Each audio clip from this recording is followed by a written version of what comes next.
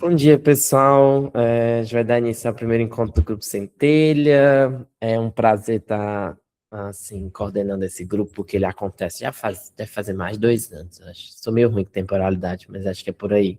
É uns 2 anos ou mais de 2 anos que a gente organiza esse espaço aqui, que é um espaço de discussão e produção de conhecimento em cima da obra completa do Jung, né? Na edição passada a gente acabou pegando os livros fora da obra completa, mas o objetivo do Centelha é ir para o texto do Jung. Por que que a gente tem esse propósito, né? Porque o texto do Jung é um texto conhecidamente difícil, né? As bases epistemológicas a que o Jung se firma, elas são, em muitos momentos, obscuras para nós, as fontes que ele utiliza, né? As tradições a que ele se porta. Então, ele é um texto que demanda um certo fôlego da nossa parte, né? Para a gente poder trabalhar. E aí o Centelha tem o objetivo de ajudar na mediação desse estudo, fazendo uma discussão parágrafo por parágrafo. Isso cria um outro modelo de grupo. Ele é um grupo que ele se alonga mais. Aí eu sempre aviso isso, tipo, que o Centelha, ele muitas vezes, para pegar. Eu lembro que a gente fez o Centelha de Energia Psíquica durou 6 meses, porque Energia Psíquica é um livro difícil e é um tema difícil, né? Mas, assim, pelo menos posso falar por mim, eu acho que eu posso falar para algumas pessoas do grupo também, que é muito recompensador esse movimento, porque o objetivo é a gente tentar extrair o máximo possível do texto do Jung. E com isso, a gente meio que não precisaria voltar tão cedo, claro que vai precisar voltar, mas não precisa voltar tão cedo ao livro novamente, que a gente tem lido, né? Então, por isso que a gente fala parágrafo por parágrafo, ajuda a fazer uma leitura mais destrinchada nesse sentido. Então, eu aviso isso e, assim, se você precisar sair ou não quiser continuar por conta dessa extensão, é só me avisar também, que faço o desligamento da pessoa do grupo e tal. Mas, assim, eu fico sempre feliz que o Centelha tem um número muito baixo de baixas. Então, é bom, assim, perceber que as pessoas gostam desse modelo, né? E na edição dessa edição agora, né, que a gente está começando, a gente decidiu cobrir a obra Presente e Futuro. Tem uma certa continuidade no processo dos livros do Centelha, que faz com que a gente escolha essa obra. Na edição passada, a gente fez sobre as entrevistas, um livro de entrevistas sobre sonhos e transformações do final da vida do Jung. É um livro bem interessante, assim. Mas antes dele, a gente fez sobre Psicologia e Religião, que é um livro sobre a questão da postura religiosa. E aí o Jung vai definir o que ele entende por postura religiosa, né? Uma atenção conscienciosa aos fenômenos luminosos. É a forma, por excelência, que a gente, como junguianos, tem de dar ferramentas para os nossos pacientes lidar com a vida, né? Lidar com o inconsciente. É a partir do cultivo de uma relíquio. E o presente e futuro, ele vai dar uma virada dentro dessa questão da relíquio, porque ele vai situar o problema da relíquio diante da questão da massificação. Então é interessante, porque no Psicologia e Religião o Jung vai trazer essa ideia de relíquio, vai definir ela, e no Presente e Futuro ele vai situar isso como uma espécie de postura contracultural até, contranormativa, diante do problema da massificação, né? E aí, meio que nessa continuidade de temas, a gente decidiu ir para o presente e futuro, e também porque o presente e futuro, ele combina, de forma um pouco perversa, com o movimento social, coletivo que a gente está vivendo e vai viver já já com mais força, né, aqui no Brasil, porque a gente está entrando em anos de eleições, né?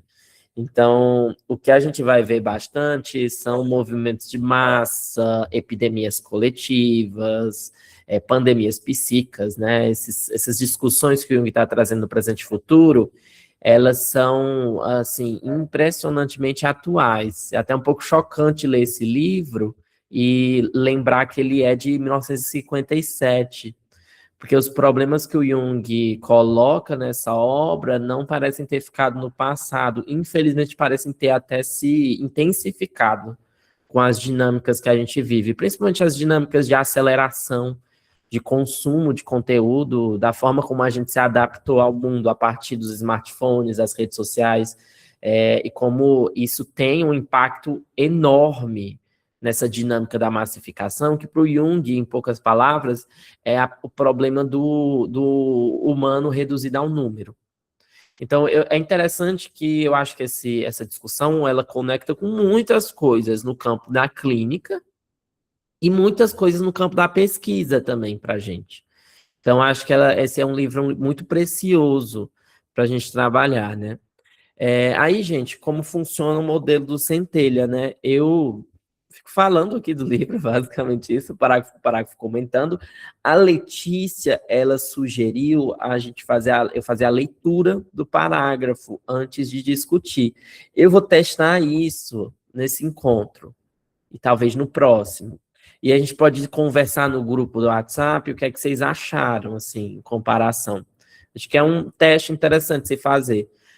Eu costumo propor a leitura anterior, mas acho que muita gente entrou, por exemplo, por exemplo, convidado aqui no encontro aberto, né? E talvez não tenha lido o texto ou algo do tipo. Então, eu vou propor a gente fazer a leitura aqui dos parágrafos mesmo para discussão. E aí, gente, fiquem à vontade para comentar, tá? Podem levantar a mãozinha a qualquer momento, não tem um momento para perguntas, respostas, comentários, fiquem à vontade. Podem colocar no chat também que eu leio para a gente discutir. E é isso. Se vocês tiverem alguma dúvida também, vocês podem falar. Mas eu vou dar prosseguimento aqui à discussão do texto. Eu acho que, inicialmente, é importante a gente contextualizar essa obra, né, o Presente e Futuro. O Presente e Futuro, ele é um ensaio escrito e publicado em 1957. Ele é publicado num periódico suíço, que eu não vou saber dizer o nome direito, que está em alemão, né? Mas é Schweizer Monatsschrift. É tipo Suíça Mensal, algo do tipo. É uma revista suíça que ela trabalha questões políticas e culturais. É bem interessante, eu dei uma olhada no catálogo dessa revista, principalmente nos anos que o Jung, nesse ano de 57, né? E são textos que falam da situação política e social da Suíça e trazem questões de novidades no campo cultural, filosófico, e vai discutir coisas que eu acho que são bem interessantes para a gente contextualizar essa obra até. Você vai ter textos sobre problemáticas da bomba atômica, textos que falam sobre o surgimento da televisão, textos que tratam sobre a situação pós-Segunda Guerra. Então, tem muitos textos que conversam com essa época que o Jung escreveu, né? Mas para contextualizar esse texto, ele foi organizado, né, na Collected Works do Jung, no volume 10 da obra completa, que é o Civilização em Mudança, né, ou Civilização em Transição, que um dos textos é Civilização em Transição, mas o título do volume 10 é o Civilização em Mudança, que são textos eminentemente sociais da obra do Jung. Então, você vai ter aqui o presente e futuro, os aspectos do drama contemporâneo, que é principalmente sobre a guerra. Boa parte dos textos desse volume são sobre o problema da guerra. O Civilização em Transição, que são vários textos variados, assim, sobre questões sociais, dentro da Europa, principalmente, e também o take, vamos dizer assim, do Jung sobre outros povos que ele visitou. As discussões sobre os Estados Unidos, sobre a Índia, você vai ter textos sobre o lugar da mulher na Europa. São textos variados que eles são muito ricos e também muito questionáveis, vários argumentos, né? Alguns envelhecem um pouco mal, os argumentos do Jung, mas há ainda assim peças muito interessantes dentro desses textos, né? Que eu acho, aliás, é uma coisa que eu retorno também para a gente sempre pensar no Centelha, que é um princípio hermenêutico que eu acho que é muito precioso quando a gente estuda, que é o princípio da caridade.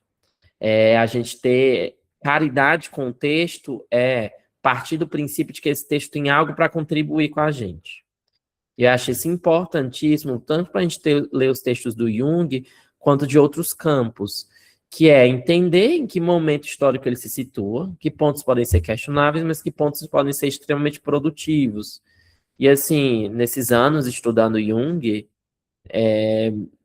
eu fico impressionado com o quanto de produtivo tem nos textos dele. Assim, realmente é uma minoria de coisas que eu acho questionáveis, mas eu também não fecho os olhos para as coisas que eu acho questionáveis mesmo, porque tem. Alguns junguianos mais ortodoxos vão querer anular esse aspecto aí de crítica, que eu acho que é importante ser mantido. Então, acho que a gente tem que manter um princípio de caridade quando está lendo esses textos, né? Mas aí vai ter o Civilização em Transição, né?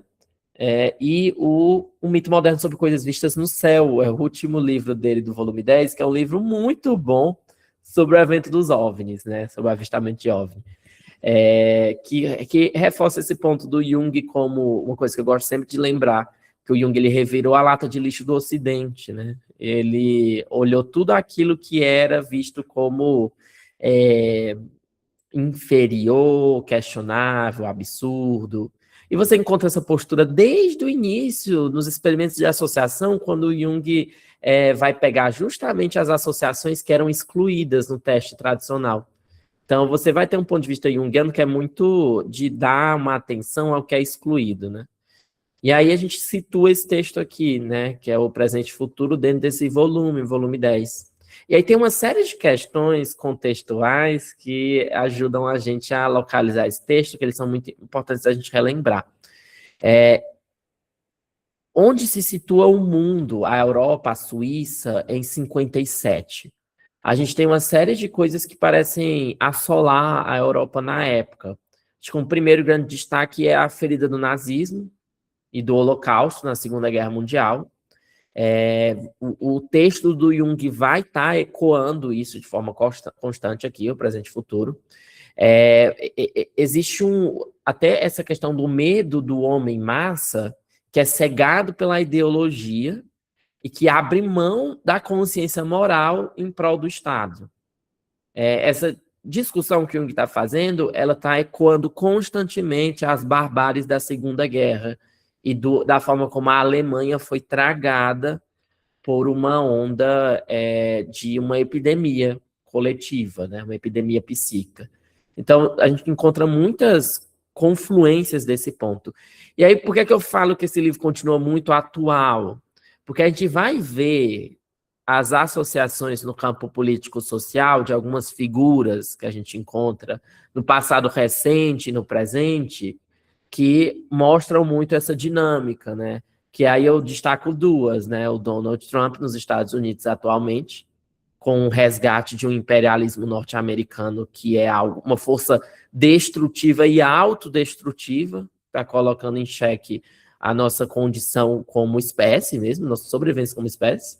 Os Estados Unidos é a grande ameaça à espécie que a gente tem hoje, se a gente for pensar por aí, né?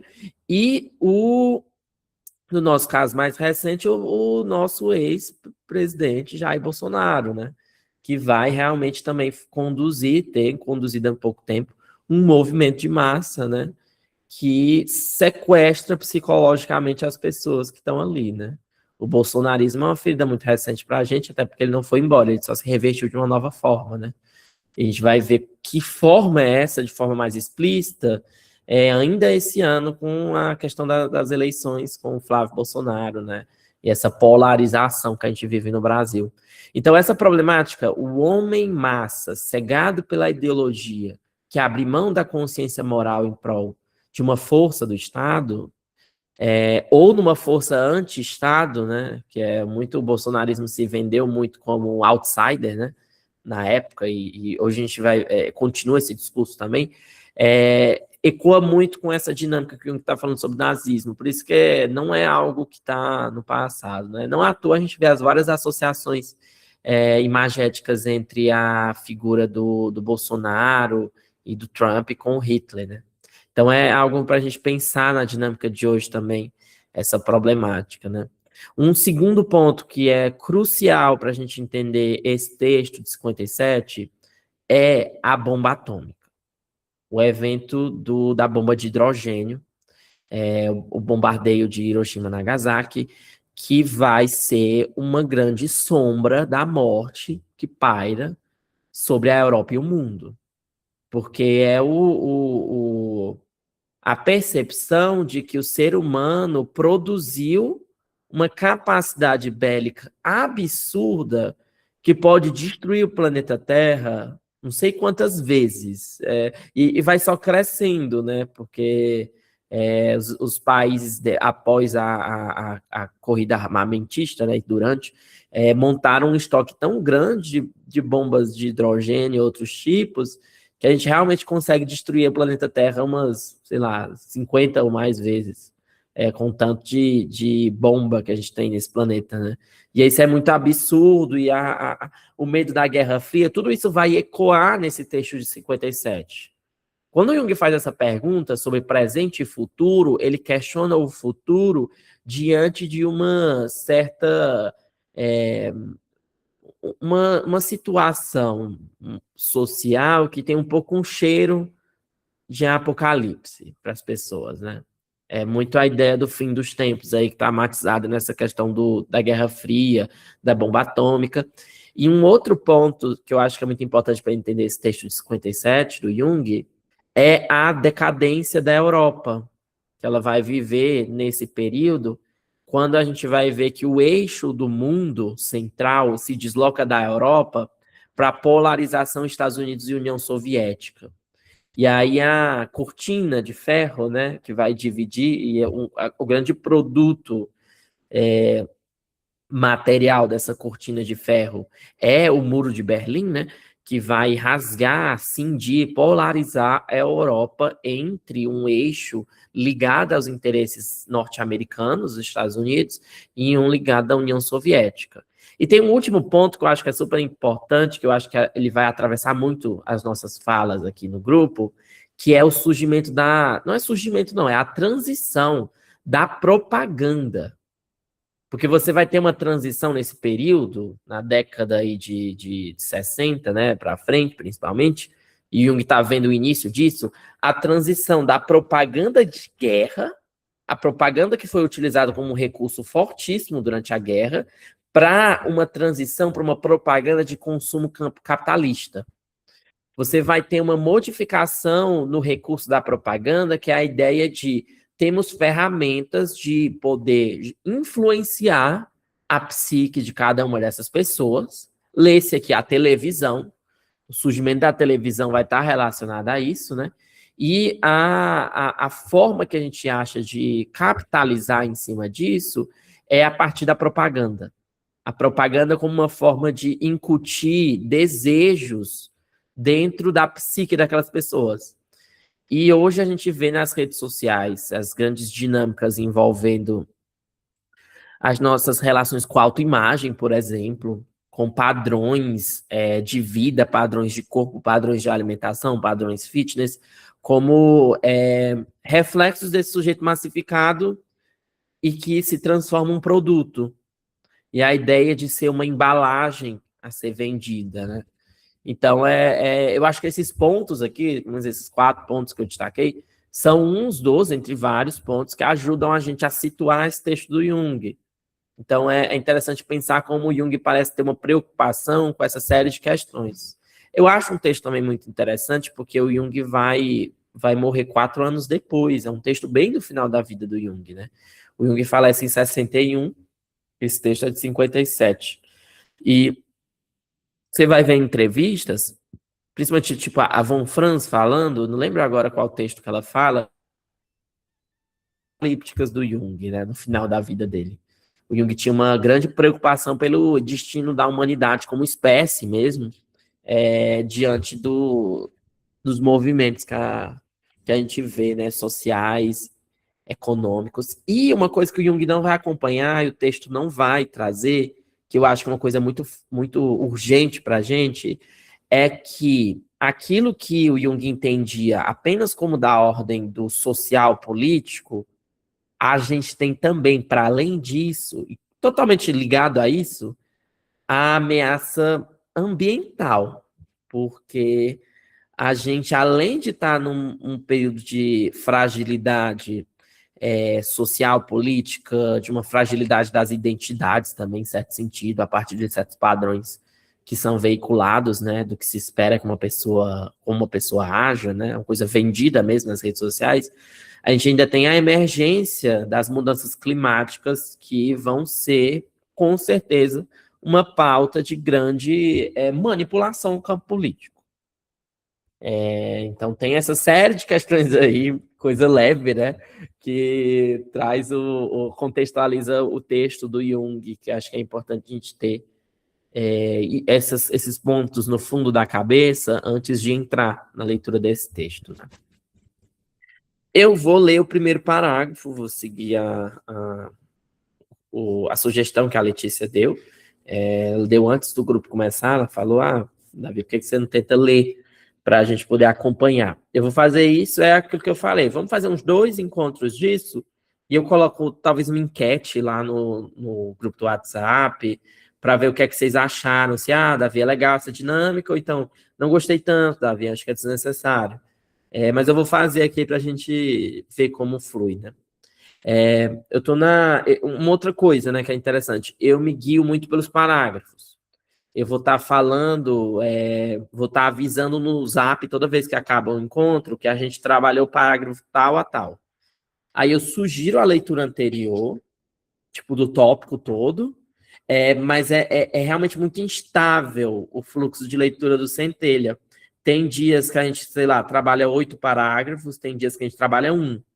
Então, porque tem trabalhos, tem parágrafos que são bem mais densos que outros, né? Vocês vão entender aqui no decurso do grupo porque é que existe essa dinâmica nele, né? Eu vou começar aqui, presente e futuro. Eu estou no parágrafo 488, né? Que é o primeiro tópico, a ameaça que pesa sobre o indivíduo na sociedade moderna. Aí o Jung começa assim: o que nos reserva o futuro? Embora nem sempre com a mesma intensidade, esta pergunta preocupou a humanidade em todos os tempos. Historicamente, é sobretudo em épocas profundamente marcadas por dificuldades físicas, políticas, econômicas e espirituais, que o ser humano volta seus olhos angustiados para o futuro e se multiplicam então as antecipações, utopias e visões apocalípticas. Lembremos, por exemplo, a época de Augusto, do início da era cristã, com suas expectativas milenaristas, ou as transformações sofridas pelo espírito ocidental ao final do primeiro milênio depois de Cristo. Às vésperas do ano 2000, vivemos hoje um tempo dilacerado pelas imagens apocalípticas de uma destruição planetária. O que significa o corte que divide a humanidade em 2 lados e se exprime como uma cortina de ferro? O que poderá suceder à nossa cultura e à nossa própria humanidade se as bombas de hidrogênio vierem a ser detonadas ou se as trevas do absolutismo de Estado chegarem a recobrir toda a Europa? Aqui o Jung já abre com isso tudo que a gente discutiu, né? Ele parece que condensa essa série de ansiedades que estão ali presentes no povo, no social europeu, né? É interessante essa coisa de ele falar que em épocas marcadas por essas dificuldades surgem essas antecipações, utopias e visões apocalípticas. Ele traz um exemplo que eu acho muito interessante, que é do primeiro milênio depois de Cristo, porque teve um movimento no ano 1000, anterior ao ano 1000, na Idade Média, que todo mundo achava que Jesus ia voltar, que ia ser o Marco. E aí tem uns relatos de processos malucos das pessoas vivendo, levando em consideração que não existe um amanhã mesmo. E aí eu lembro no sentido individual de uma amiga minha que ela tem acho que tá na faixa dos 40 anos. Ela achava que o mundo ia acabar em 2012. E ela viveu como se não tivesse um após 2012.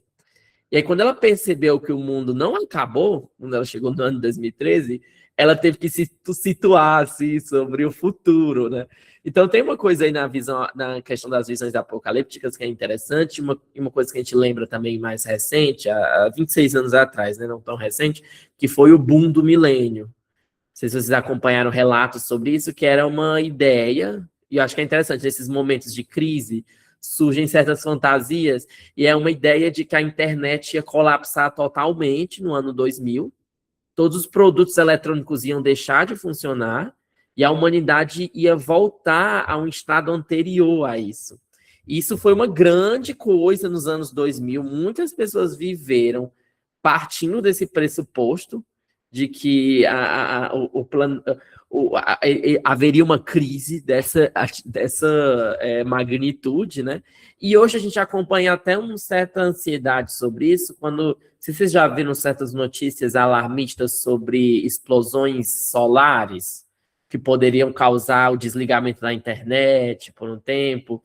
E o pior é que se a gente tiver uma crise que afete a internet, as nossas conexões nesse sentido, a gente está bem lascado mesmo, porque a gente vive no que esse autor do tecnofeudalismo fala a partir do capital nuvem.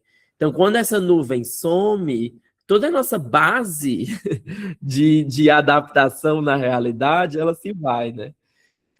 A Caroline falou, o bug do milênio teve até reportagem no Fantástico. Foi uma coisa muito grande, assim, foi uma ansiedade muito grande da época. Então é interessante pensar, né, como nesses momentos de crise, de ruptura, transição, existem essas visões apocalípticas e essa preocupação, né? No 489, Jung fala, não temos qualquer razão que nos permita considerar com superficialidade esta ameaça. Ele fala aqui da ameaça da bomba de hidrogênio e do absolutismo, né? Que a gente vê, enfim, né? Hoje essas duas ameaças envolvendo a guerra e as posturas imperialistas pelo mundo, principalmente aqui eu destaco os Estados Unidos, né? Não temos qualquer razão que nos permita considerar com superficialidade esta ameaça. Por toda parte do mundo ocidental já existem minorias subversivas e incendiárias prontas para entrar em ação, que gozam da proteção de nossa humanidade e de nossa consciência jurídica. Face à disseminação de suas ideias, nada podemos contrapor, a não ser a razão crítica de uma certa camada da população espiritualmente estável e consciente. Todavia, não se deve superestimar a força desta camada. Ela varia imensamente de um país para outro, dependendo, em cada região, da educação e formação próprias de seu povo e também dos efeitos provocados pelos fatores de destruição de natureza política e econômica. Baseados em plebiscitos, podemos estabelecer a estimativa otimista de que essa camada corresponde, no máximo, a 60% dos eleitores. Contudo, isso não desfaz uma visão mais pessimista, se considerarmos que o dom da razão e da reflexão crítica não constitui uma propriedade incondicional do homem. Mesmo onde existe, ele se mostra, muitas vezes, instável e oscilante, sobretudo quando os grupos políticos adquirem uma vasta penetração. Se o Estado de Direito sucumbe, por exemplo, a um acesso de fraqueza, a massa pode esmagar a compreensão e reflexão ainda presentes em indivíduos isolados, levando fatalmente a uma tirania autoritária e doutrinária. Esse trecho ele é bem assim, preocupante para a gente, porque essa disposição que Jung fala, que seria um antídoto ao perigo dessa cisão, né, desse processo destrutivo que poderia passar no campo social a partir de uma epidemia política, ele é muito... Enfim, a gente viveu o bolsonarismo há pouco tempo no ápice, né? Então a gente entende o que o Jung está falando aqui dessas minorias subversivas, que no nosso caso não são exatamente minorias, né? Nesse trecho, aliás, quando o Jung fala de minorias subversivas prontas para assolar a Europa, eu acho que ele se refere a comunismo. Porque existe uma atmosfera anticomunista muito forte na época, principalmente por causa da União Soviética, né? Então, o Jung está falando do risco desses modelos, movimentos ideológicos e políticos. E no campo político da Europa na época, essas minorias subversivas seriam os comunistas. Essa propaganda é tão forte que ela vira um fantasma, né? Hoje, é o fantasma do comunismo, que é uma coisa totalmente sem pé nem cabeça, principalmente aqui no Brasil. É uma grande coisa, tipo assim, os comunistas vão querer pegar aquela fanfic do MST, entrar na sua casa e tomar a sua casa, né? Que pra gente é meio absurdo a gente ouvir isso, mas para as pessoas que acreditam nisso, isso não é absurdo. É uma verdade, assim, é uma realidade que o Lula tem um plano comunista de transformar o Brasil numa Venezuela. Para muitos dos setores políticos conservadores, vai existir essa crença, né? Então, acho que o Jung fala aqui também dessa questão de um medo do comunismo. E eu acho que o trecho que mais me preocupa nesse parágrafo é o Jung falar sobre depositar a esperança nas mãos de uma esfera da população espiritualmente estável e consciente. Que é interessante como ele fala de como essa camada varia de país para país e depende da educação e formação própria de seu povo e também dos efeitos provocados pelos fatores de destruição de natureza política e econômica. Gente, eu acho que aqui é tipo educação, eu penso. É como uma nação se pauta para um compromisso das capacidades reflexivas e críticas de seu povo no fortalecimento da educação. A educação permite a formação de sujeitos que conseguem questionar e complexificar as disposições em que eles se encontram. Então, aqui tem algo sobre os efeitos destrutivos de natureza política e econômica, que é algo que eu fico até com uma certa preocupação sobre essa questão da esfera da população espiritualmente estável e consciente, diante do sucateamento que a gente vê na educação no Brasil, e também sobre as dinâmicas do uso de tela. Porque o acesso de crianças a telas desde cedo está destruindo conexões neurológicas, está realmente afetando de forma, às vezes, irreversível o desenvolvimento cognitivo, logo reflexivo e crítico das massas no futuro. Então, é muito preocupante essa questão que eu estou trazendo aqui para a gente trazer como fio condutor para os próximos encontros até, que é a questão da arquitetura dos algoritmos, do uso de redes sociais, porque isso está formando uma massa futura que tem pouquíssima capacidade reflexiva e crítica, por um prejuízo cognitivo desde muito cedo. Já tem pesquisas neurológicas que mostram que, por exemplo, o uso de tela por crianças está diminuindo a formação de massa branca no cérebro, que é importantíssima para a manutenção das conexões neurais. Então, a gente está falando de que esse ato que parece inofensivo, de uma criança usar uma tela, na verdade, a longo prazo, vai criar sujeitos cada vez mais docilizados. E aí, dentro de uma dinâmica tecnofeudalista, que às vezes, quando eu falo, parece até uma coisa de tio conspirador, sabe? De teoria conspiratória, mas infelizmente é o que se aproxima mais da realidade, por mais absurdo que pareça pensar assim.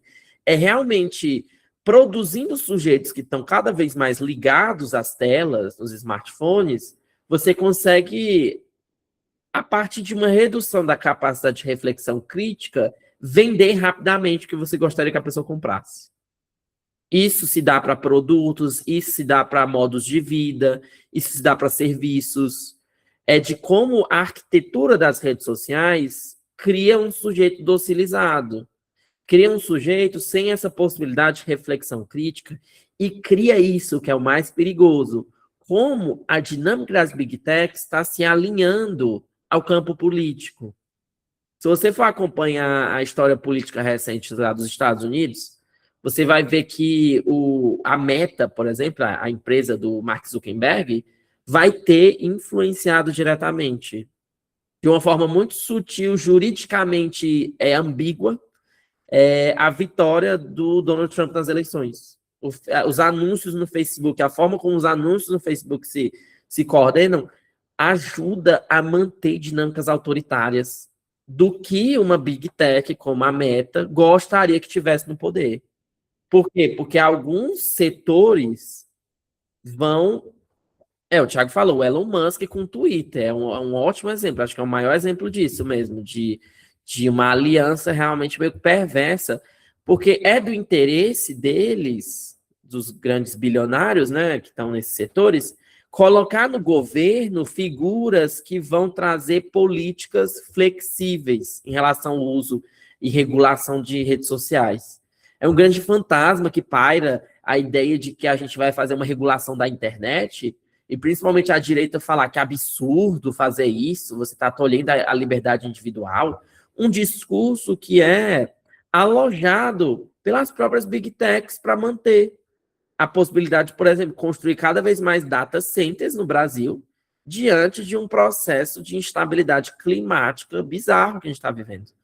Então é interessante Jung falar sobre essa questão da massa crítica, porque eu concordo 100% que essa massa crítica ela é necessária para a manutenção de uma saúde política. Mas quando a gente vê um processo em que essa massa crítica vai decaindo, ao mesmo tempo que uma influência das redes sociais, do algoritmo, das big techs, na forma como as pessoas consumem, e logo uma influência das empresas de big tech sobre os setores políticos, cria uma certa coalizão, não sei, tá? Esqueci a palavra. É um aglomerado ali de disposições, de variáveis, que vão ir para esse lugar de um movimento de massificação. O que o Jung está falando aqui sobre massificação é absurdamente profético. A gente vai ver ainda entrar os trechos que ele fala diretamente disso. É absolutamente profético porque o que a gente vê hoje é o ápice disso. Um exemplo, por exemplo, dessa disposição crítica, o hábito de leitura no Brasil. Eu estava vendo um vídeo antigo de uma entrevista, eu acho que era no Jornal Nacional, algo assim, na rua, assim, com as pessoas, tipo, proletários, trabalhadores, pessoas como a gente, assim, não são pessoas de elite. E o entrevistador perguntando, quantos livros você lê por mês? E a média era, tipo assim, 2, 3 livros. Hoje, as pessoas passam a vida toda sem ler um livro, porque as redes sociais, o uso de tela, está diminuindo de forma, assim, absurda a massa de leitores no país e no mundo. E essa diminuição da leitura, ela está ligada diretamente com a diminuição da capacidade de reflexão crítica. Enfim, o Arthur comentou, existem estudos sobre a câmara de eco no Twitter que limita a amplificação desse pensamento crítico, que colabora, de certo modo, à massificação. Perfeito, Arthur. E é o objetivo, né? Assim, eu usava o Twitter há um tempo atrás, mas depois do Elon Musk, o Twitter virou uma coisa insalubre. Insalubre. O conteúdo que é jogado para você são coisas absurdas, assim. São coisas absurdas porque uma dinâmica de ódio ajuda essas empresas a ganhar dinheiro. Elas monetizam muito em cima do ódio. Reações afetivas inflamadas, questões delicadas, revoltas sobre falsos espantalhos. Cria uma dinâmica assim. Eu lembro um Reels que eu vi dia desses, que era uma mulher falando sobre vídeos de influências mulheres trans, meio que se colocando de forma superior a mulheres cis. E você conseguia perceber que aqueles vídeos era puro algoritmo do ódio de uma parcela da população, no caso dessas mulheres trans que teriam esse discurso contrário a mulheres cis, que na verdade era só uma forma, no macro aspecto, de você pegar esse setor, as mulheres trans, transformar nessa imagem de que mulheres trans odeiam mulheres cis, e vender isso como um discurso político, e gente repostando esse vídeo há pouco tempo nos rios, falando, aqui tem um ponto mesmo, de uma psicóloga falando que essas mulheres trans são homens com um diagnóstico de travestismo, que é uma coisa absurda, que eles estão atacando mulheres, quando você sabe que esse conteúdo é criado para criar uma cisão num campo social que é importante, que é os direitos de pessoas LGBT, no caso aqui das pessoas trans. Essas minorias são utilizadas como forças políticas de ódio. É muito absurdo como isso acontece, isso é manipulado e a gente cai. A gente realmente cai nesses movimentos, né? A Ingrid comentou aqui, quando ele fala no parágrafo 488, parece que ele diz, profecia autorrealizável, leio, adoecimento atualmente com as bets, red pills. Esse ponto aí das bets, das red pills, eu acho que dá muito pano para manga também. As bets e o cenário da machosfera, né? Que é os red pills. Porque a gente vê que é um discurso montado ali pelas essas dinâmicas algorítmicas. Tem um documentário, eu vou mandar no grupo, que é da BBC, tá no YouTube. São duas jornalistas que elas vão entrevistar dois líderes messiânicos da machosfera. Só que elas fazem uma inversão muito interessante, que elas vão estudar esses movimentos no México e na África. E ela vai falar como existe a instalação de um discurso que surge inicialmente nos Estados Unidos, desses homens que se sentem superiores, querem empoderar outros homens, e fazem isso à base do ódio em relação a mulheres. E aí elas vão mostrar nesse documentário como se monta, como se cria um Red Pill. É tão interessante porque elas pegam duas pessoas, um africano e um mexicano, que eram seguidores desses líderes messiânicos, elas fazem uma coisa tão legal que elas olham o histórico do Instagram deles. Eles autorizam, né?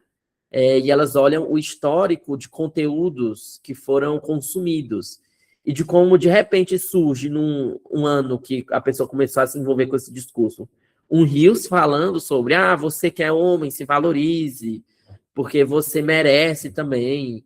E uma fragilidade ali que é explorada, a pessoa entra naquilo, dá um like naquele Reels, e começa a vir uma enxurrada de vídeos, juntando o discurso do empoderamento desses homens com o ódio a mulheres. E aí cruza esses dois dados e cria um sujeito que, para poder se afirmar como um sujeito, como algo de valor, dentro dessa crise da masculinidade que a gente vê, né, precisa incentivar e incitar o ódio a mulheres.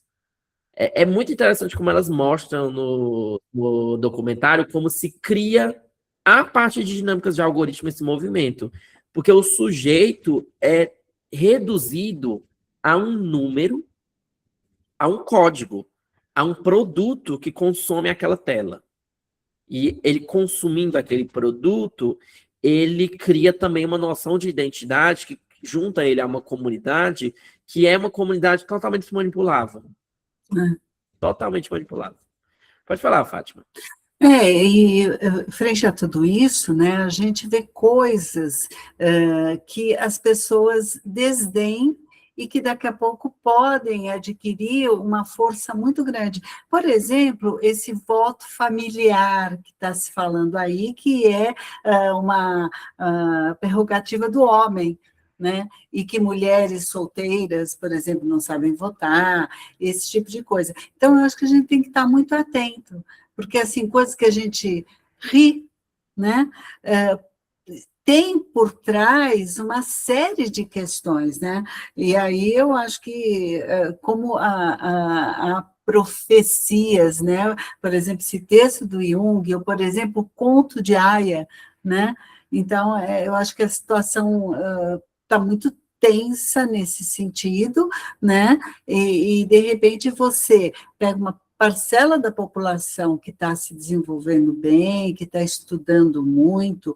Nós, mulheres, somos mais de 7 milhões em termos de votos em relação aos homens, e, de repente, a sociedade vai definir os seus mandos e desmandos a partir de votos de só uma parcela. Perfeito, Fátima. Essa questão do direito de votos das mulheres sendo questionado por uma mulher, né? Aliás, uma porta-voz sendo essa mulher, uma influencer, esqueci o nome dela, gravando vídeos contrários ao voto, e não acho que isso aconteça à toa depois da cisão, do pequeno desentendimento entre a Michelle Bolsonaro e o Flávio Bolsonaro, porque a gente está falando de uma cisão dentro da direita, e essa cisão dentro da direita surge, por coincidência, esse discurso contrário ao voto feminino. E aí a gente lembra essa figura, a Ingrid até comentou, a Fátima comentou, né, sobre o conto de Aya, o Handmaid's Tale, né, a figura emblemática da Serena Joy, né, que é essa mulher que lutou pela voz das mulheres, teve essa voz silenciada. Porque ela lutava, na verdade, por essa coisa autodestrutiva que ela não sabia, né, que eu estava fazendo. Então, essas figuras lembram muito isso mesmo. Vi muitos paralelos da figura da Serena Joy, tanto com essa influência quanto com a Michelle Bolsonaro, né? Pode falar, Kézia. Eu não sei se eu vou fugir um pouco do tema, mas saiu um artigo chamado Diferenças nas experiências de ouvir vozes de pessoas com psicose, né? Aí é nos Estados Unidos, Índia e Gana. E nos Estados Unidos, as vozes de comando são agressivas e eles não conseguem se comunicar com essas vozes.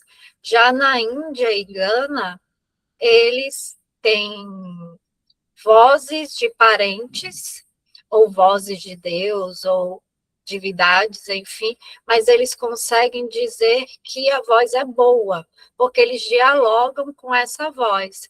É um estudo bem interessante que agora, né, os Estados Unidos agora está fazendo um artigo para refutar esse outro artigo. Mas ele é bem interessante. Se vocês quiserem, eu coloco no grupo. Coloca assim, eu vi até esse artigo muito interessante mesmo, para a gente pensar como o Jung até fala lá no Psicologia do Inconsciente que a neurose, no caso aqui a psicose, né, a psicopatologia no geral, está conectada com o espírito da época e como a pessoa vive problemas coletivos no campo individual.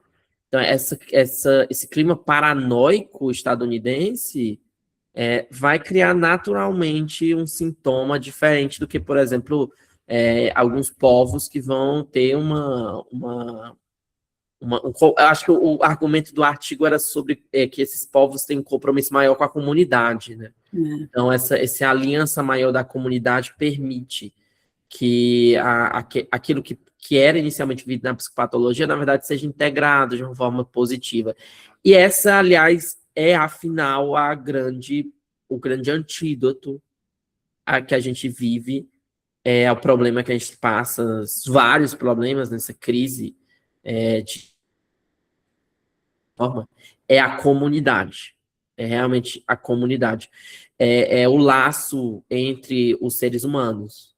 Não à toa que isso infelizmente, lido da pior forma possível, que é a imagem da igreja no Apocalipse.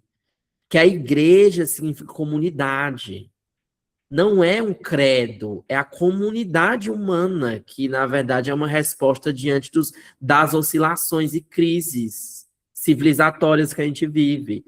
Mas aí que está, por exemplo, as massas evangélicas, né?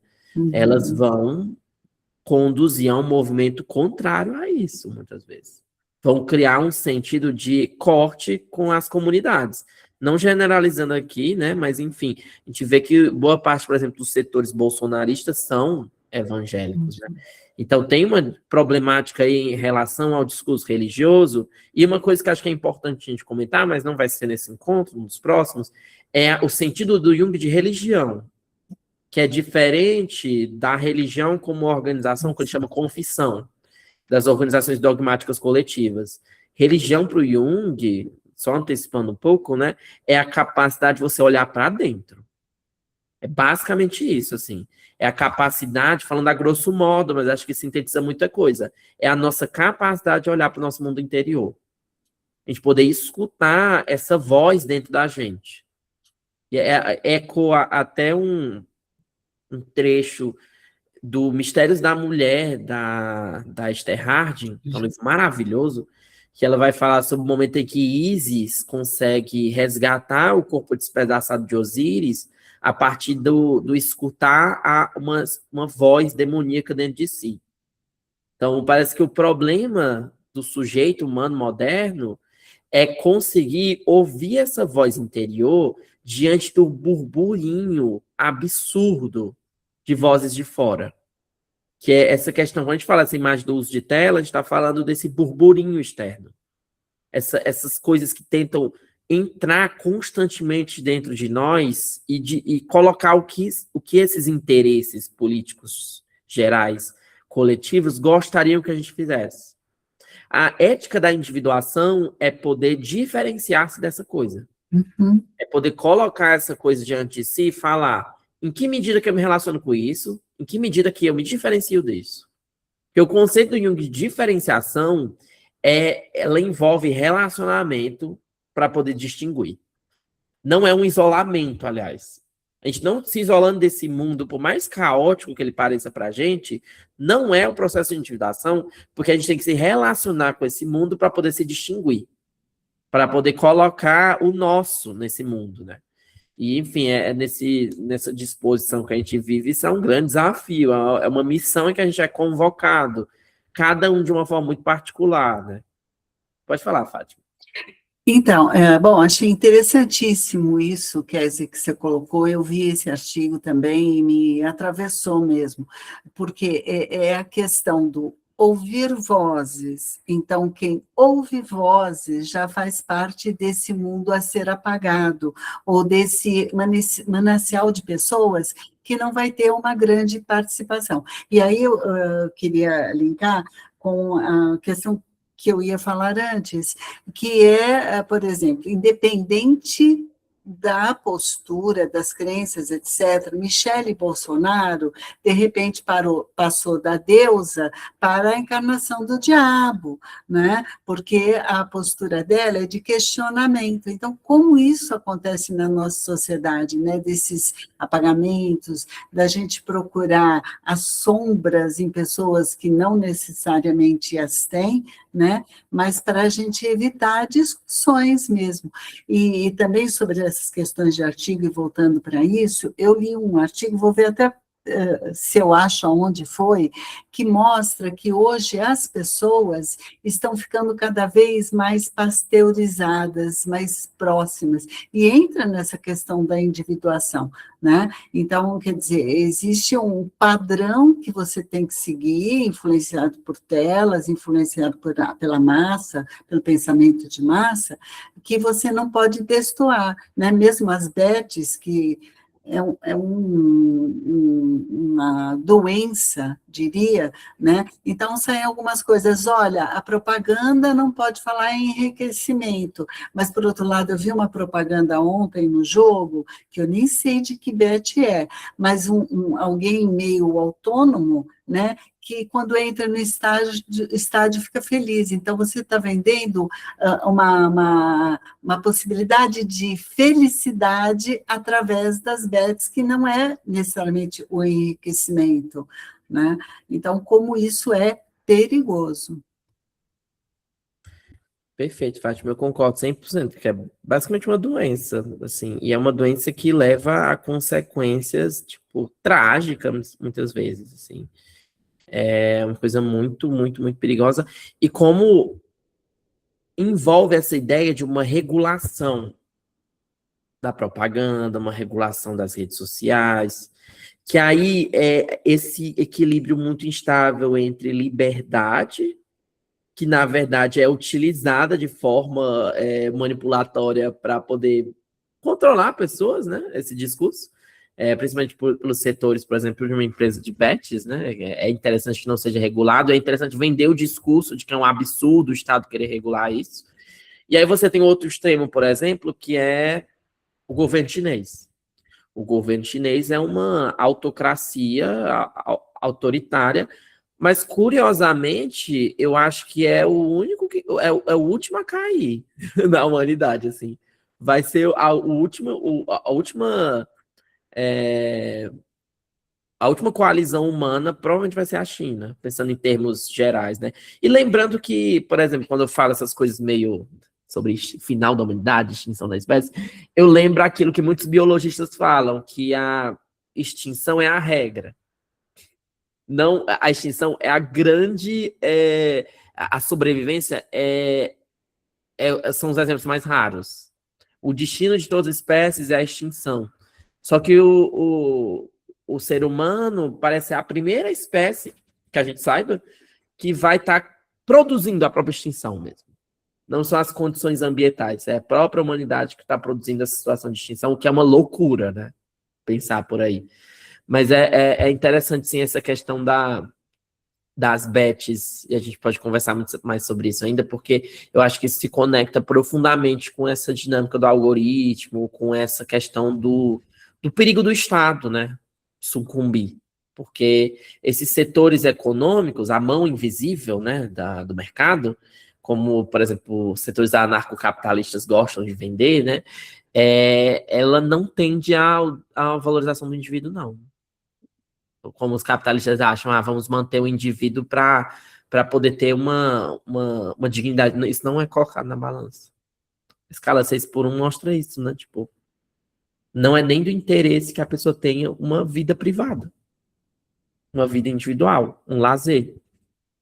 Na verdade, o que se espera é tirar o máximo de lucro, a custo de qualquer coisa. Uma dinâmica muito perversa mesmo.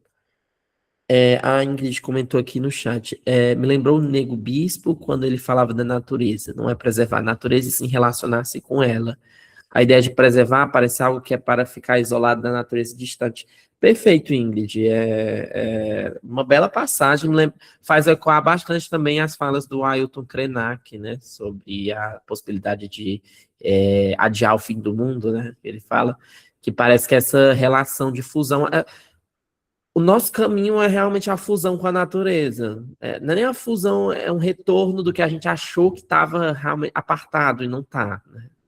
E não à toa, natureza e inconsciente são sinônimos. Né? O conceito de inconsciente para o Jung é sinônimo de natureza. Sinônimo, assim, é ligado. Você pode trocar facilmente uma palavra para outra. Que vão ter o mesmo sentido. Toda a questão da relação com o inconsciente é a relação com a natureza. E pensando no princípio hermético de que o que está em cima é como o que está embaixo, essa natureza que a gente vê fora da gente é a nossa, né? Isso até pensando, tipo, em chave de interpretação de sonhos, por exemplo. Uma imagem de uma floresta, a imagem de um riacho, a imagem de um céu, a imagem do animal, são imagens do inconsciente. E as imagens mais mecânicas, artificiais, são imagens de consciência.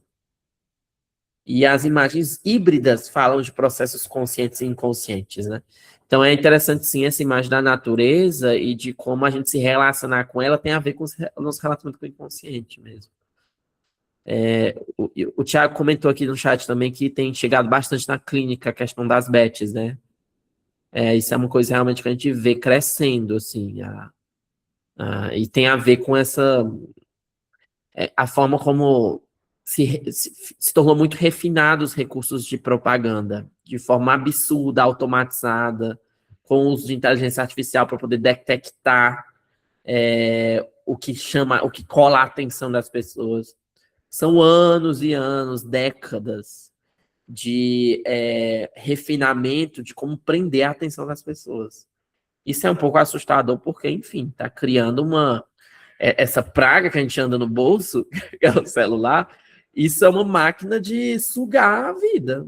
É realmente isso. Você tem que ter muito cuidado com esse negócio, né? Esse negócio parece inofensivo, mas ele é muito perigoso mesmo. Pode falar, Agatha. Ô, Davi, agora, nossa, já fui longe já com o que eu estava aqui em mente para falar antes, mas estava pensando aqui, questionando, tem algumas coisas que ficam muito. Acho que a gente nem se surpreende tanto quando a gente pensa, né? Uma pessoa evangélica, né? Vai votar no Bolsonaro. Parece que já meio que ficou carimbado isso. E na grande maioria é assim mesmo, né? Mas eu me deparo particularmente e convivo com muitas pessoas que não são evangélicas, pessoas umbandistas, pessoas das medicinas, da floresta, que têm assim, um certo perfil até mais liberal. Mas eu encontrei uma galera bolsonarista nesse meio. Isso me surpreende de uma tal maneira, porque é um discurso tão controverso de pregar o amor, o respeito a todos, a irmandade, a conexão com a natureza, a comunidade, e de repente se declara assim claramente, não, eu sou bolsonarista. Então, esse lance não fica, ainda não consigo nem formular exatamente, mas não é tão, ao mesmo tempo que é óbvio um pouco essa massificação, também tem umas ressalvas, assim. Enfim, estou pensando sobre isso. Era isso que eu queria dizer.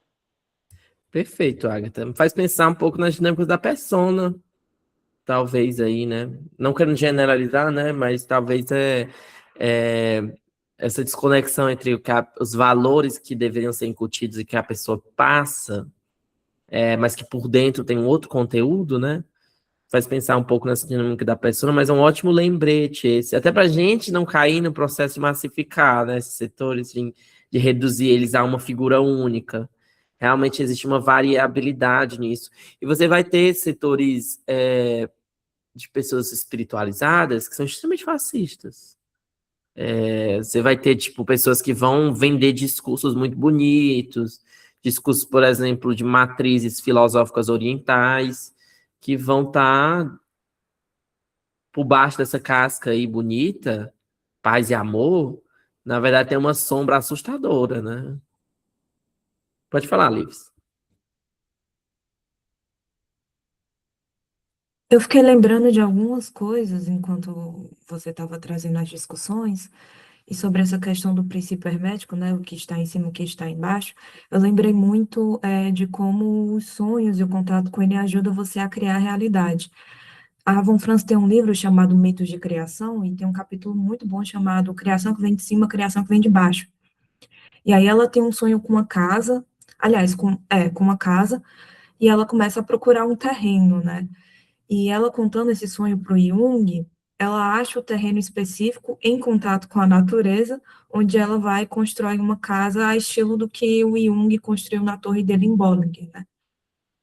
E eu também fiquei lembrando muito, quando a Kézia estava falando do artigo, e você estava falando da ética de individuação, de 3 conceitos da Nise que eu acho que dão chaves interessantes para a gente pensar essa dinâmica, que é inumeráveis estados do ser, que são formas diferentes de se apresentar no mundo e que a Nise utiliza como uma descrição fenomenológica mais precisa para falar dos fenômenos da psicose, e que podem ser cada vez mais perigosos, né, e como essa massificação dificulta que outros estados, a depender da sociedade que você está inserido, seja de alguma maneira integrado.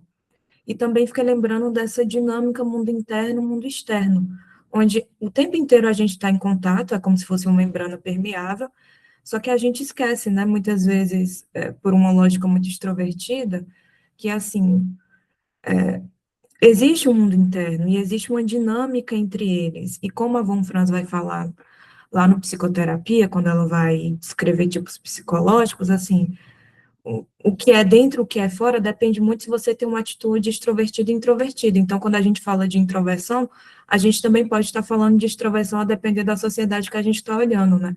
É sempre bom lembrar que a gente trabalha com antinomias dentro da psicologia analítica. Então, assim, para uma verdade ser verdadeira, é preciso conseguir afirmar o seu oposto. Perfeito, Lives. É interessante esse conceito de estados numeráveis do ser, né? Que a Nise vai tirar do Arthur, né? Do Anthony Arthur, porque é uma aposta radical na individualidade, né? Diante do sujeito massificado pelo diagnóstico também, que é outra mão aí do processo de massificação que a gente encontra, o DSM, o CID da vida, a forma como está crescendo uns setores da psicologia que se ancoram totalmente nisso, a ideia de evidência que é fortemente estatística na psicologia, né?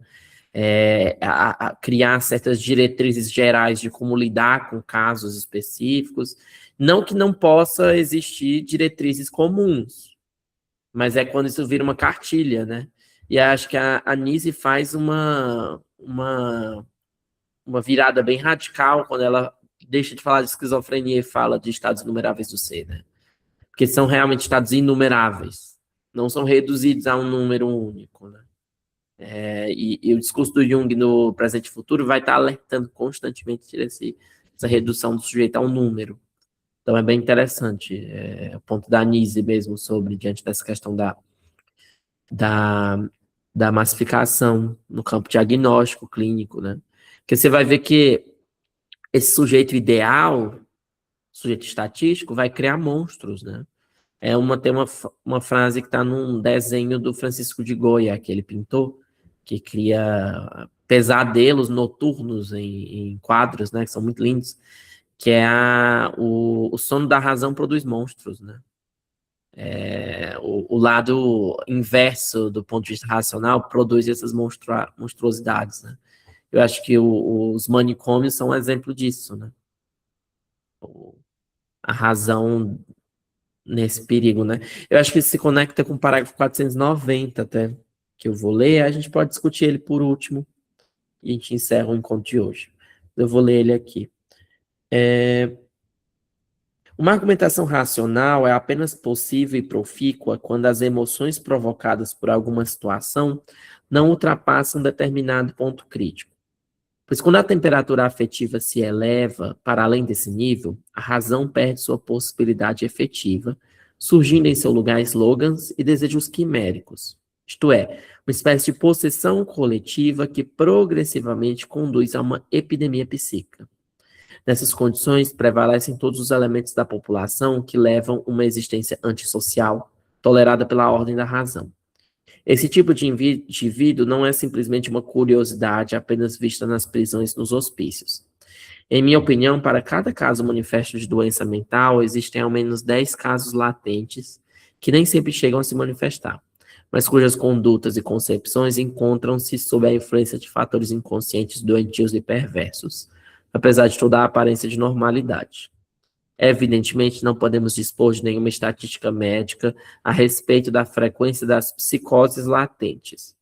Mas mesmo que o seu número fosse inferior a 1/10 dos casos manifestos de doença mental e criminalidade, sua incidência relativamente baixa ainda significaria muito, em vista da alta periculosidade que esses elementos representam. Seu estado mental corresponde a um grupo da população que se acha coletivamente exaltado por preconceitos afetivos e fantasias de desejo impulsivas. Nessa espécie de ambiente, eles se sentem totalmente ajustados e em casa. Eles conhecem por experiência própria a linguagem desses estados e sabem lidar com eles. Suas quimeras, baseadas em ressentimentos fanáticos, fazem apelo para a irracionalidade coletiva, encontrando aí um solo frutífero na medida em que exprimem certos motivos e ressentimentos também presentes nas pessoas normais, embora adormecidos sob o manto da razão e da compreensão. Esses indivíduos, apesar de constituírem um número pequeno em relação ao conjunto da população, representam um grande perigo, pois são fontes infecciosas, sobretudo em razão do conhecimento muito limitado que as pessoas ditas normais possuem de si mesmas. Esse trecho é bem interessante porque o Jung está falando, acho que, de pessoas perversas, né? Deixa eu pensar aqui. Ele está falando de pessoas que, acometidas por uma relação irracional muito próxima, conseguem usar isso como força de manipulação. E aqui a gente lembra a psicologia do ditador e a psicologia do líder de seita. Porque nessas duas configurações específicas, você vai ter, em muitos casos, uma proximidade grande do campo da loucura, mas um outro tipo de organização de loucura. Esse conceito de psicose latente é um conceito muito interessante na obra do Jung e vai falar sobre esse tipo que possui uma casca de normalidade, mas por baixo tem um processo de potencial dissociação muito grande, muito forte, né? E a questão é como essa pessoa conduz essa força para o campo da manipulação política coletiva, né? O grande exemplo que o Jung está falando, quando ele está falando isso, é do Hitler. Com certeza, enquanto ele escreve esse texto, esse parágrafo, ele está lembrando da figura do Hitler mesmo. Porque você vai ter um processo de irracionalidade intensa e um controle grande do discurso a partir desse fator afetivo. Só que é importante a gente lembrar que existe um grande limite da argumentação racional mesmo. O que pega as pessoas é a temperatura afetiva. É aí que o campo político entra, né, nesse sentido. E eu acho que até num sentido, o Jung reforça um sentido negativo aqui, mas um sentido positivo também. O afeto, ele é algo que organiza a partir daí. Por exemplo, a ideia da Anísio da Silveira de afeto catalisador. A Anísio vai trazer a noção de que é a partir do afeto que se produz transformações.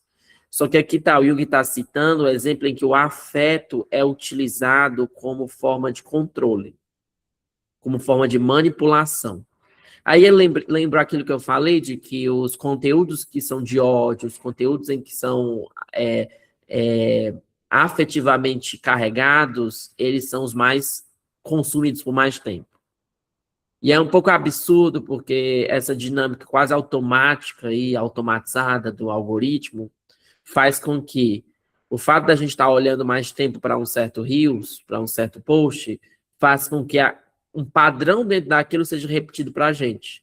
E aí o que faz um homem entrar na atmosfera Red Pill é que o ódio suscitado por esses conteúdos faz inflamar uma coisa dentro desses homens e mantém eles mais tempos, por um tempo maior, fitados na tela.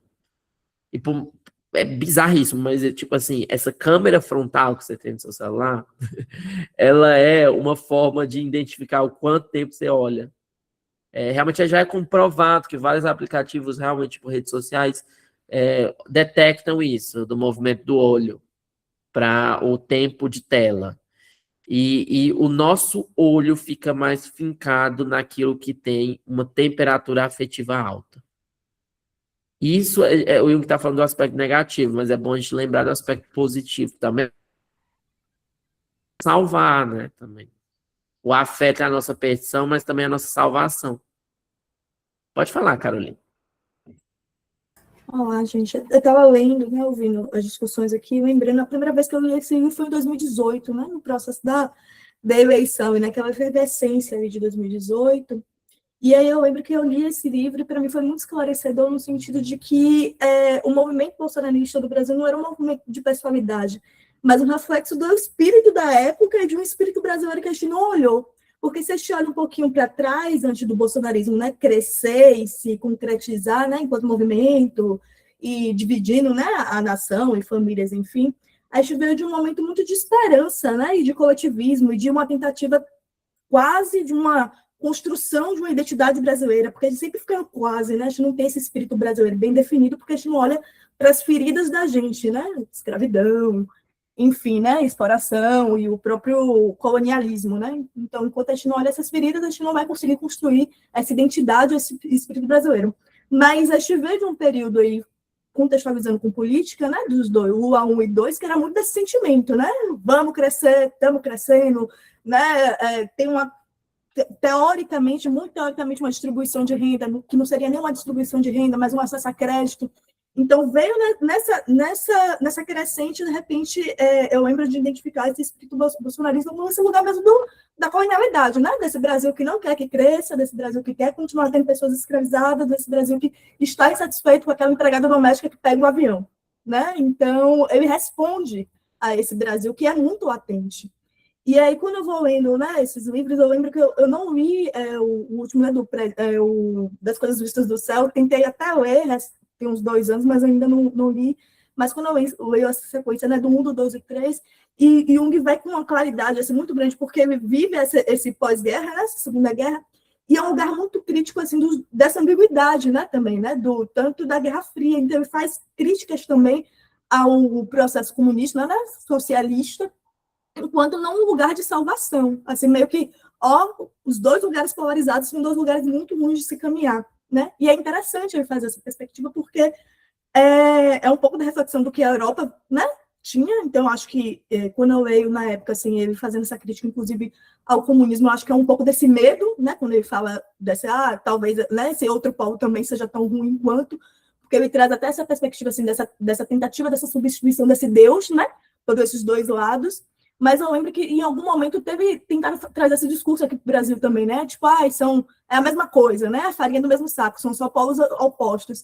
Só que na realidade da gente não é, né? Não sei a realidade europeia, assim, porque eu não tenho tanta proximidade com a cultura europeia, não conheço um europeu que tem essa visão de análise, mas para a gente, para o Brasil, não é, né? Não foi, não é, e não continua sendo. E aí volta e fica sempre esse lugar desse espírito aí nebuloso de medo, porque é a reflexão do que é o país da gente, né, e da construção da gente, né, de todos nós, né, enquanto colonizados e muitos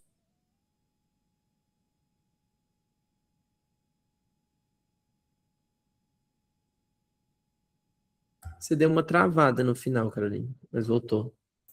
Eu falei, né, e fica desse espírito da gente, né, que somos também colonizados e também descendentes desses colonizadores, né, então esse pensamento ainda se permeia, né, então se a gente não olha para isso, a gente continua, né, a realizar de forma atualizada, né, o que foi feito.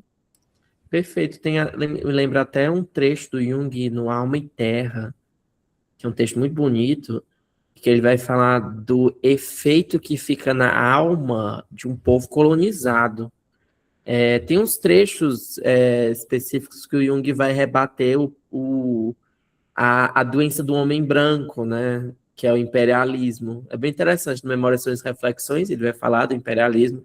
No Energia Psíquica, ele vai alertar sobre uma posição imperialista, que é da consciência, mas que vai aparecer no campo político a partir daí. E no Alma e Terra, ele vai falar das consequências de uma espécie de distorção, de uma... Enfim, a gente na América Latina vive isso, né? A gente tem um processo social, político extremamente instável. O Thiago comentou, o espelho íntimo do Gambini é incrível para pensar esse aspecto dentro da alma brasileira. Perfeito, Thiago. Eu li outros 500 dele também, teve muitas reflexões interessantes. Mas isso que você falou, Caroline, me lembrou muito uma coisa que eu penso de vez em quando, que é esse clima otimista que estava o Brasil, né, logo antes do bolsonarismo, e principalmente que são um marco político brasileiro, porque as pessoas vão para a rua e você vai ter todos os setores possíveis lutando para essa pauta, né, dos 20 centavos, mas que cada um tinha certas pautas específicas também que entravam lá junto daquela massa. E aí o que eu acho significativo é a imagem que uma vez eu vi alguém perguntar sobre, porque o Jung fala sobre o nazismo ligado à imagem de Wotan, do deus Odin cavalgando pela Europa. Uma vez eu vi alguém perguntar, qual é a imagem brasileira ligada a esse fenômeno? Aí eu lembrei rapidamente na minha cabeça do O Gigante Acordou. E é interessante porque Deus sabe que divindade é essa que acordou numa terra que teve seu povo assassinado e sufocado, como aconteceu no Brasil. Que figura é esse gigante que acordou? A gente meio que não sabe exatamente. Porque a nossa terra foi uma terra que até hoje continua, né, sendo um campo de genocídio do povo autóctone daqui, né? Então é interessante pensar nessa massa indiferenciada.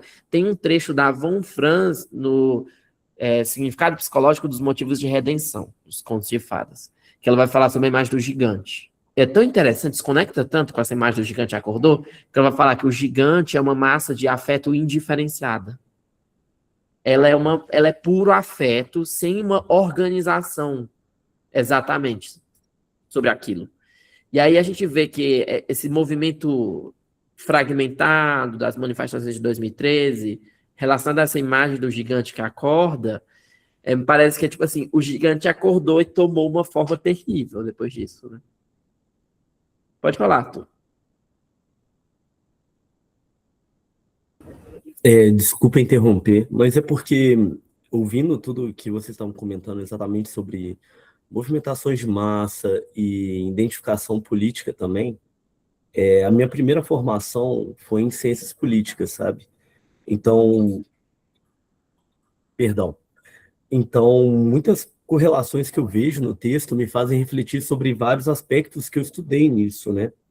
E lá eu lembro direitinho sobre uma teoria de identificação a líderes carismáticos, o que está muito correlacionado também à cultura política local.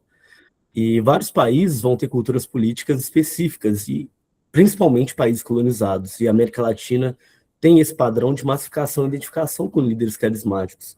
O que hoje em dia, através de estudo da psicologia, principalmente analítica, assim, a gente consegue identificar essa projeção, né, de conteúdos arquetípicos a esses líderes.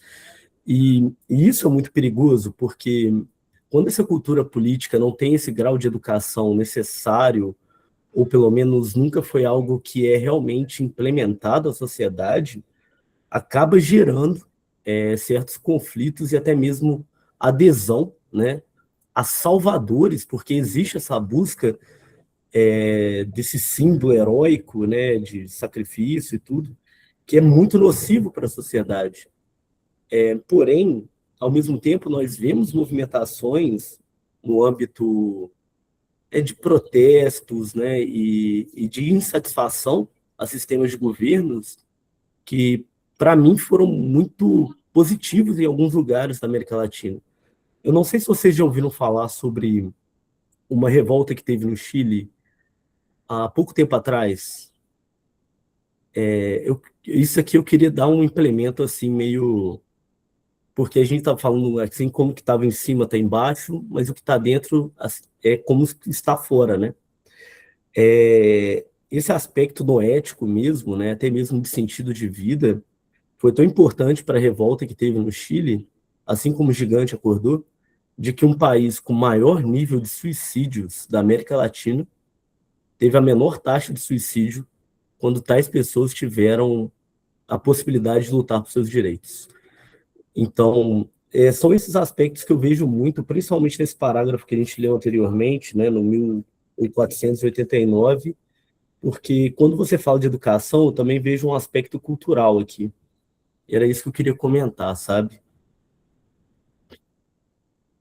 Perfeito, Arthur. Acho que contribui bastante. Essa questão do espaço até de esse espaço do protesto, esse espaço do lutar pelo direito é o espaço de catarse, né? Tem muita coisa que fica guardada aí, né? Tem muito descontentamento, muito sofrimento, principalmente na América Latina. E acho perfeita essa questão da projeção da figura messiânica. Pode discutir um pouco mais para frente sobre isso, e lembra muito um trecho muito bom do Jung no Eu e o Inconsciente sobre a psicologia do mestre e do discípulo. É um ótimo trecho para lembrar a problemática da projeção de figuras de messianismos, né? A gente vai encerrar hoje, chegou o nosso horário. Próximo encontro, a gente... quer dizer, não lembrou da foto. Eu já peguei até pro celular, assim, a máquina perigosa aqui para tirar uma fotinha. Deixa eu tirar uma foto primeiro.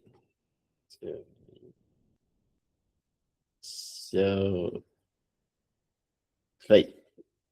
Próximo encontro a gente volta no parágrafo 491 e a gente vai discutir sobre o problema do autoconhecimento, que vai ser a nossa discussão como, diante dessa catástrofe grande que a gente desenhou aqui, né? A gente vai traçar um pouco o que é que o Jung entende por autoconhecimento, que é diferente de conhecimento do eu, que eu acho que é a grande distinção que a gente tem que fazer. Autoconhecimento para o Jung é conhecimento alinhado ao si mesmo. E como isso é um antídoto a essa problemática civilizatória que a gente vê, né? E aí, gente, é isso. Quem quiser participar, que veio de convidado assim, nesse encontro, me manda mensagem que eu coloco no grupo do Zap. Fica essa dinâmica que eu falei quem não tiver pago a mensalidade é R$90. Só mandar no Pix, mandar a chave no privado. E é isso, gente. Qualquer dúvida, qualquer ponto, vocês podem colocar no grupo também, tá? Qualquer comentário. Aqui no Centelha a gente parte direto já pro texto, mas fiquem à vontade para usar o grupo do Zap também como espaço para perguntar coisas, socialização, esse tipo de coisa.